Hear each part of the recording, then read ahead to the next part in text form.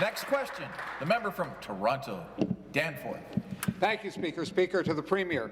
During this pandemic, while most people were focused on trying to stay safe, this government was busy launching sneak attacks against the environment on behalf of well-connected developers, most of whom happen to be donors to the PC Party of Ontario or to the Premier.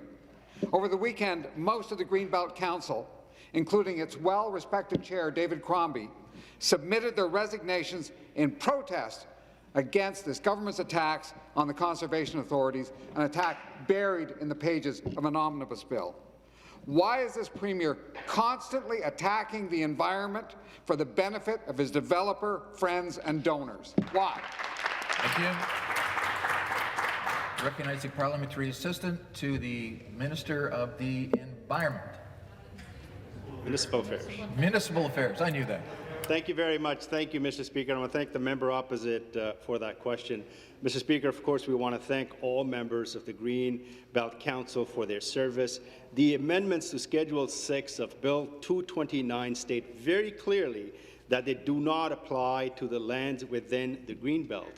The minister has been clear that we will not permit any development in Greenbelt, Mr. Speaker. Our government is committed to expanding the quality and quantity of Greenbelt in our budget 2020. That's why the minister asked the council for an action plan that we could use to achieve this. But unfortunately, Mr. Speaker, there's been no progress or clear strategy put forward by the council, and we're hoping that with the fresh perspective on the council, we will be able to fulfill this commitment. Thank you, Mr. Speaker.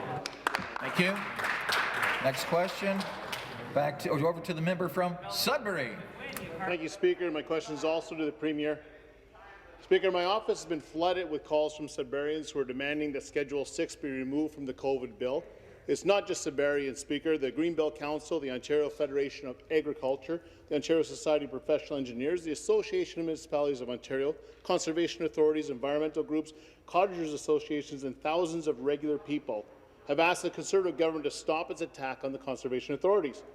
But instead of listening to these nonpartisan voices, the Premier and his ministers treated these people with disrespect and contempt. The Conservatives have doubled down and made their bad bill even worse. And why is it, Speaker, that the only people who count for the Premier are his developer friends and donors? Thank you. I refer to the Government House Leader for response. Thank you, Mr. Speaker. Of course, nothing could be further from the truth. Many of the recommendations with respect to changes to the Conservation Authority come after months of consultations between the minister and stakeholders. We have heard in this House on a number of occasions the importance of flood mitigation and building on the Made in Ontario Environment Plan. Of course, we have brought the conservation authorities back to their core mandates, which is flood prevention. And in adding to that, Mr. Speaker, we've enabled conservation authorities to issue stop work orders. They've never been able to do that before.